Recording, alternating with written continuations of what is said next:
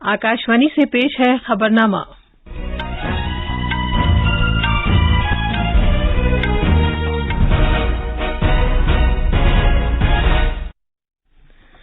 आदाब। खबरनामे के साथ मैं शबाना रहमान। पहले इस वक्त की अहम खबरें। पंजाब में एक मरहले के असेंबली चुनाव और उत्तर प्रदेश में असेंबली के तीसरे मरहले के लिए वोट डाले जा रहे हैं। गुजरात सरकार ने रियासत में असातिज़ा की कमी को पूरा करने के लिए सरकारी और इमदाद याफ्ता प्राइमरी स्कूलों में 10,000 विजिटिंग असातिज़ा का तकर्रुर करने का फैसला किया है। भारत में कोविड से बचाव के अब तक 175 करोड़ 33 लाख टीके लगाए जा चुके हैं। मध्य प्रदेश में दुनिया का मशहूर खजुराहो डांस फेस्टिवल आज शुरू हो रहा है। भारत को मुंबई में आईओसी इजलास 2023 की मेजबानी करने का हक हासिल हो गया है। वजीर आजम नरेंद्र मोदी ने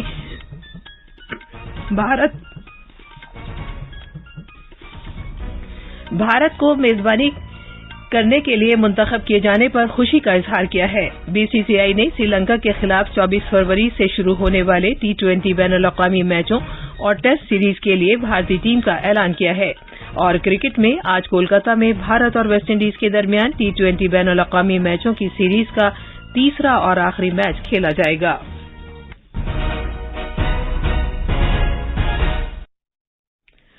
जैसा कि आप जानते हैं, कोरोना वायरस की नई किस्म ओमिक्रॉन अब भी तशवीश का बायस है। आपसे अपील है कि चौकस रहें, दोनों टीके लगवाएं और 15 से 18 साल तक की उम्र के बच्चों और अफराद को भी टीका लगवाने में उनकी मदद करें। महफूज रहें और ये 3 आसान तरीके अपनाएं। चेहरे पर मास्क लगाएं, 2 गज की दूरी बरकरार रखें और हाथ और चेहरा साफ रखने पर खास ध्यान दें। अब खबरें तफसील से। उत्तर प्रदेश में असेंबली चुनाव के तीसरे मरहले और पंजाब में एक मरहले में होने वाले चुनाव के लिए आज वोट डाले जा रहे हैं। उत्तर प्रदेश में वोट डालने का अमल सुबह 7 बजे शुरू हुआ, जबकि पंजाब में सुबह 8 बजे शुरू हुआ। दोनों रियासतों में शाम 6 बजे तक वोट डाले जा सकेंगे। आजादाना, मुंसिफाना और कोविड से महफूज चुनाव को यकीनी बनाने के लिए सिक्योरिटी के मुनासिब बंदोबस्त किए गए हैं। उत्तर प्रदेश में तीसरे मरहले के तहत 16 जिलों पर मुहित 59 असेंबली हलकों में वोट डाले जा रहे हैं। जिन जिलों में वोट डाले जा रहे हैं उनमें हाथरस, एटा, मैनपुरी, फिरोजाबाद, फर्रुखाबाद, कन्नौज, इटावा और औरैया, कानपुर देहात, कानपुर नगर, झांसी और ललितपुर शामिल हैं। इस मरहले में 97 खवातीन समेत कुल 627 उम्मीदवार चुनाव मैदान में हैं। अब हम चुनाव के बारे में कानपुर शहर से अपने नामानिगार सुशील चंद तिवारी से बात करते हैं। जी सुशील जी, रियासत में तीसरे मरहले में पोलिंग कैसी चल रही है? शबाना, मैं इस वक्त सेठ मोतीलाल खेड़िया इंटर कॉलेज पे हूँ, जो पोलिंग बूथ है यहाँ का। ये मॉडल पोलिंग बूथ भी है और वोटर्स की काफी भीड़ जो है अब नजर आ रही है। शुरुआती दौर में जब तीसरे मरहले के लिए शुरू में 7 बजे पोलिंग शुरू हुई थी, तब थोड़े सा सर्दी की वजह से भी आप कह सकते हैं और शहरी इलाके की भी वजह से कह सकते हैं कि थोड़ी सी भीड़ कम थी।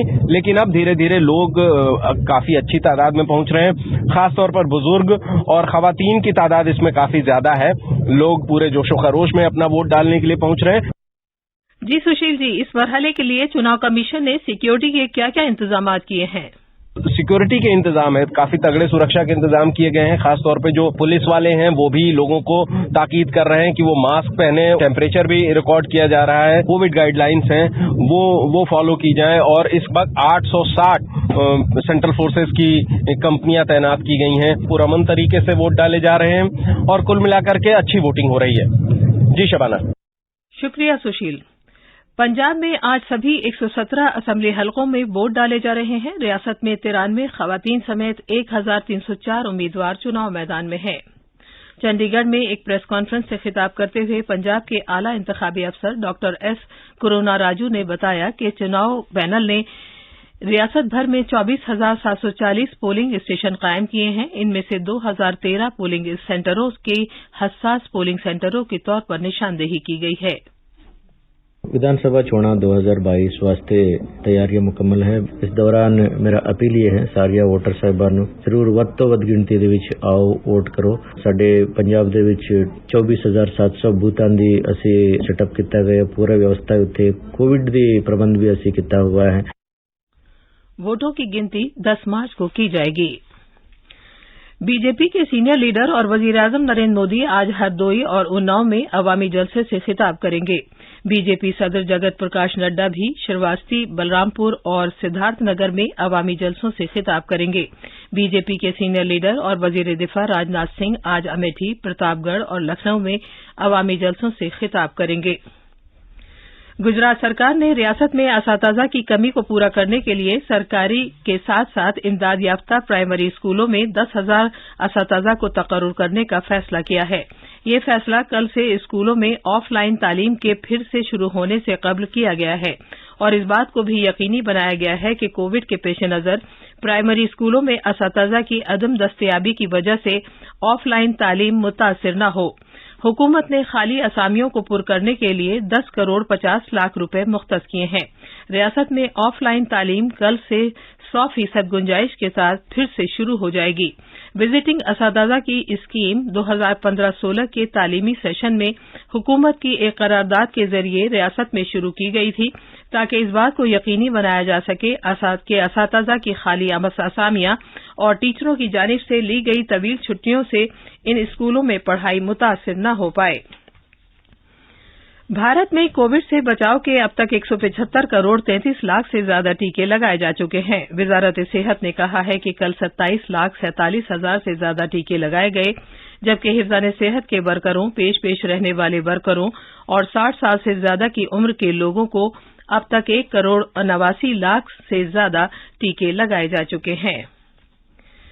केरला में कोविड-19 के मामलात में तेजी से कमी और शिफायाबी की शरह में मुसलसल इजाफे की खबर है। रियासत में कल 17,086 अफराद के शिफायाब होने जबकि 6,757 नए मामलात की खबर है। जांच के बाद मुतासिर पाए जाने वाले अफराद की शरह कम होकर 10.85% हो गई है। भारत बायोटेक की कोवैक्सीन को अमरीका में कोविड-19 वैक्सीन की एक दवा के तौर पर जांचा जाएगा। कंपनी ने बताया है कि अमरीका की खुराक और मरशात से मुतालिक इंतजामिया FDA ने कोवैक्सीन पर लगी क्लिनिकल रोक को हटा लिया है।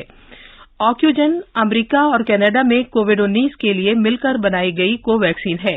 कोवैक्सीन भारत बायोटेक के जरिए मुल्क में तैयार की गई कोविड-19 वैक्सीन है और इसे तब्बी तहकीक की भारतीय council ICMR, national institute of virology NIV के साथ इश्तराक से तैयार किया गया है।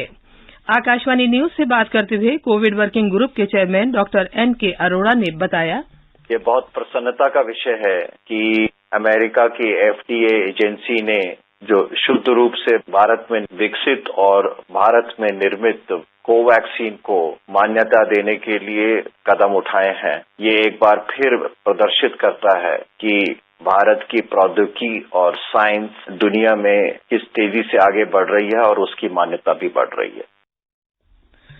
एयर इंडिया इस माह की 22, 24 और 26 तारीख को भारत और यूक्रेन के दरमियान 3 परवाजें चलाएगा। एयर इंडिया ने कहा है कि इन परवाजों पर सीटें दस्तयाब हैं और एयर इंडिया के बुकिंग दफातर, वेबसाइट, कॉल सेंटर और मजाज ट्रैवल एजेंट के जरिए बुकिंग खुली है। मध्य प्रदेश में 48वां खजुराहो डांस फेस्टिवल आज से शुरू हो रहा है। हफ्ता तवील फेस्टिवल इस महीने की 26 तारीख को खत्म होगा। तफसील हमारे नामानिगार से।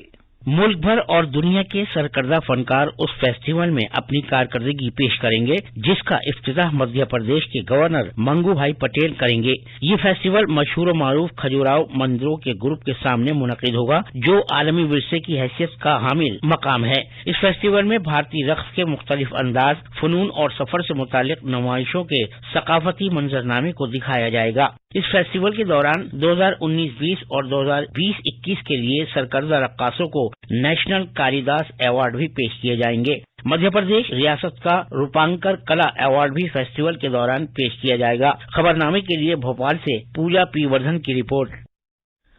भारत को मुंबई में IOC इजलास 2023 की मेजबानी करने का हक हासिल हो गया है। ऐसा दूसरी मर्तबा है कि जब भारत IOC इजलास की मेजबानी करेगा, जबकि इससे पहले 1983 में नई दिल्ली में भारत ने मेजबानी की थी। भारत को IOC के 139वें इजलास में बिला मुकाबला कामयाबी हासिल हुई, जो कि सरमाई ओलंपिक खेलों के मौके पर चीन के शहर बीजिंग में मुनक़िद हुआ था। ओलंपिक में सोने का तमगा हासिल करने वाले अभिनव बिंद्रा, आईओसी रुकन नीता अंबानी, आईओए सदर नरेंद्र बत्रा और खेलों के वजीर अनुराग सिंह ठाकुर ने इस साल के आईओसी इजलास की मेजबानी करने के हुकूक के लिए भारत की तजवीज पेश की। वजीर-ए-आजम नरेंद्र मोदी ने इस बात पर मुसर्रत का इजहार किया है कि भारत को बैनुल-अक़वामी ओलंपिक कमेटी आईओसी इजलास 2023 की मेजबानी करने के लिए मुंतखब किया गया है। एक ट्वीट में जनाब मोदी ने इस एतमाद का इजहार किया है कि ये एक यादगारी आईओसी इजलास होगा और आलमी खेलकूद के लिए इसके मुस्बत नताइज मुरतब होंगे। ये खबरनामा आकाशवाणी से नशर किया जा रहा है। वजीर-ए-आजम नरेंद्र मोदी ने साफ सुथरी तवानाई को फरोग देने के लिए कल वीडियो कॉन्फ्रेंसिंग के जरिए मध्य प्रदेश के इंदौर में गोवर्धन बायो सीएनजी प्लांट का इफ्तिताह किया। इस मौके पर एक तकरीब से खिताब करते हुए वजीर-ए-आजम ने बायो सीएनजी प्लांट की अहमियत पर जोर देते हुए बताया कि ये शहरों में घरों से निकलने वाला कचरा और मवेशियों और खेतों से निकलने वाला कचरा है।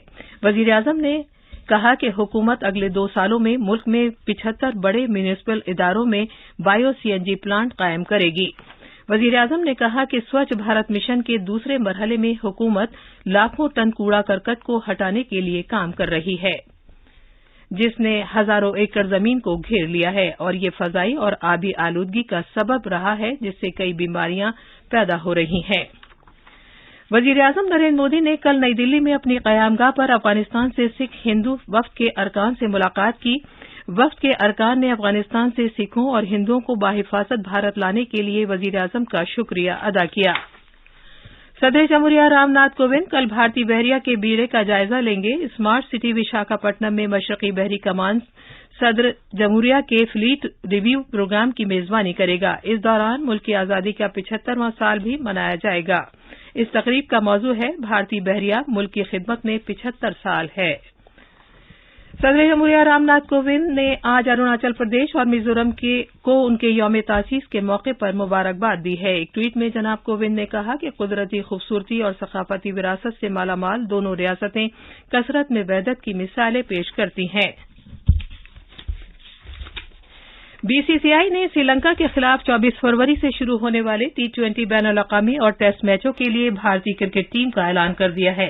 सेलेक्टरों के चेयरमैन चेतन शर्मा ने बताया कि रोहित शर्मा बैनुल-अक़वामी और टेस्ट मैचों की सीरीज में भारतीय टीम की क़यादत करेंगे। जसप्रीत बुमराह टीम के नायब कप्तान होंगे।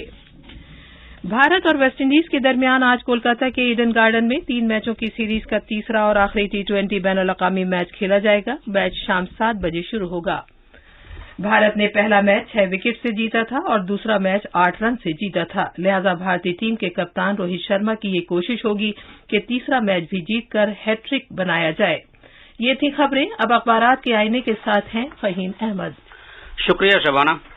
कौमी राजधानी से शाया होने वाले बेशतर उर्दू अखबारात ने पंजाब और उत्तर प्रदेश में आज होने वाली पोलिंग को अपनी शहसुर्खी बनाया है। अखबार प्रताप की शहसुर्खी है, मगरबी यूपी के 16 अजला की 59 सीटों पर आज पोलिंग। पंजाब असेंबली चुनाव के लिए भी वोट पड़ेंगे। हिफाजती इंतजामात सख्त। रोजनामा राष्ट्रीय सहारा ने वजीर आजम नरेंद्र मोदी के हवाले से लिखा है कि भारत ड्रोन के शोबे में पूरी दुनिया को नई क़यादत फराहम करेगा। अखबारात ने अफगान हिंदू और सिख बरादरी के वफ्द की वजीर आजम से मुलाकात की खबर को अहमियत के साथ शाया किया है। अखबार मशरिक की एक सुर्खी है, भारत ने अफगानिस्तान को इंसानी हमदर्दी के तहत इमदाद की 5वीं खेप भेजी। अखबार की एक दीगर सुर्खी है, यूपी में आज से नाइट कर्फ्यू खत्म। अखबार इनकलाब लिखता है, यूक्रेन का बहरान, रूस ने अक़वाम मुत्तहिदा में भारत के मौक़िफ़ की सताइश की। आखिर में अहम खबरों की सुर्खियां एक बार फिर। पंजाब में एक मरहले के असेंबली चुनाव और उत्तर प्रदेश में असेंबली के तीसरे मरहले के चुनाव के लिए वोट डाले जा रहे हैं। गुजरात सरकार ने रियासत में असातिज़ा की कमी को पूरा करने के लिए सरकारी और इमदाद याफ्ता प्राइमरी स्कूलों में 10,000 विजिटिंग असातिज़ा का तकर्रुर करने का फैसला किया है। भारत में कोविड से बचाव के अब तक 175 करोड़ 33 लाख टीके लगाए जा चुके हैं। मध्य प्रदेश में दुनिया का मशहूर खजुराहो डांस फेस्टिवल आज शुरू हो रहा है। भारत को मुंबई में आईओसी इजलास 2023 की मेजबानी करने का हक हासिल हो गया है। वजीर आजम नरेंद्र मोदी ने भारत को मेजबानी करने के लिए मुंतखब किए जाने पर खुशी का इजहार किया है। और आज कोलकाता में भारत और वेस्टइंडीज के दरमियान T20 बैनुल-अक़वामी मैचों की सीरीज का तीसरा और आखिरी मैच खेला जाएगा। इसी के साथ खबरनामा खत्म हुआ।